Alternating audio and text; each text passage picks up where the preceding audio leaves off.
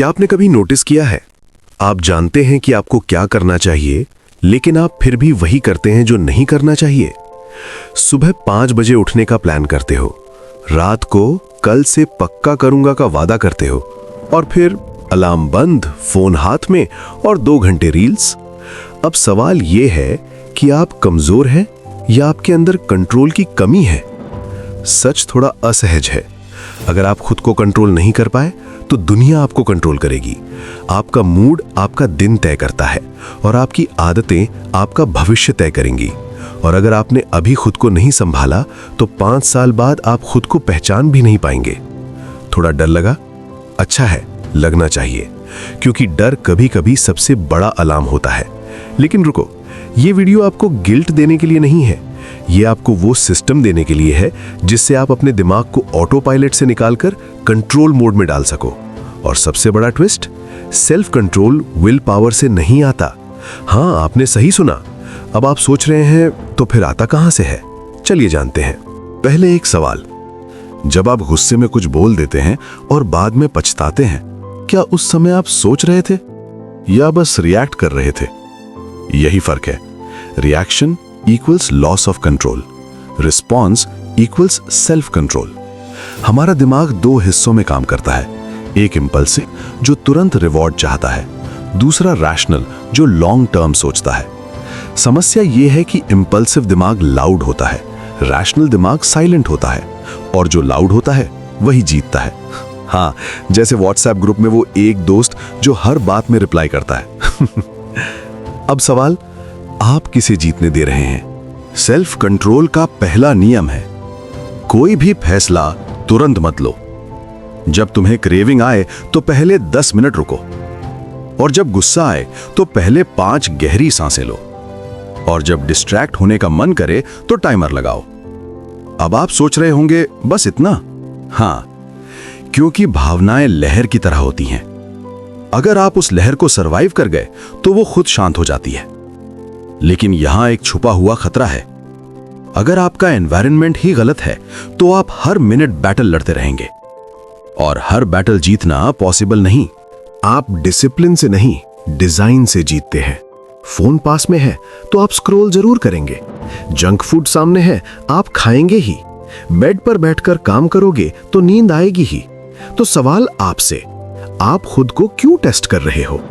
Strong लोग temptation यानी जो चीज उन्हें बहकाए उसे हटाते हैं, और वीक लोग टेम्पटेशन से लड़ते हैं। अगर आपको पढ़ना है तो फोन को दूसरे कमरे में रखो, और अगर आपको जिम जाना है तो रात को कपड़े निकाल कर रखो, और अगर आपको कंसिस्टेंट रहना है तो टकराव कम करो। Control starts before the decision, यानी निर्णय लेने से पहले ही नियंत्रण शुरू हो जाता है। ये समझ गए तो आधी लड़ाई जीत गए। लेकिन अभी असली ट्विस्ट बाकी है। सेल्फ कंट्रोल एक्शन से नहीं, पहचान से आता है। अगर आप कहते हो मैं डिसिप्लिन बनने की कोशिश कर रहा हूं, तो आप हर दिन खुद से लड़ोगे। लेकिन अगर आप कहते हो मैं डिसिप्लिन्ड इंसान हूं, तो आपका दिमाग उसी हिसाब से बिहेव करेगा। एग्जाम्पल, कोई आपको सिगरेट ऑफर करता है। अगर आप कहते हो मैं छोड़ने की कोशिश कर रहा हूं, तो लालच रहेगा। लेकिन अगर आप कहते हो मैं स्मोकर मैं ही हूं, तो वहीं आपका डिसीजन आसान हो जाता है। सवाल, आप अपनी पहचान क्या बोलते हो? मैं लेजी हूं, मैं इनकंसिस्टेंट हूं, या मैं इवॉल्विंग हूं? आप खुद को जो लेबल देते हो, आप उसी के अनुसार एक्ट करते हो। और अगर आइडेंटिटी गलत है तो कंट्रोल टेम्पररी होगा। अब इमेजिन करो, आप 6 महीने तक कंसिस्टेंट रहे, और आपका फोकस भी शार्प रहा, और आपकी बॉडी भी फिट रही, और आपका माइंड भी काम रहा।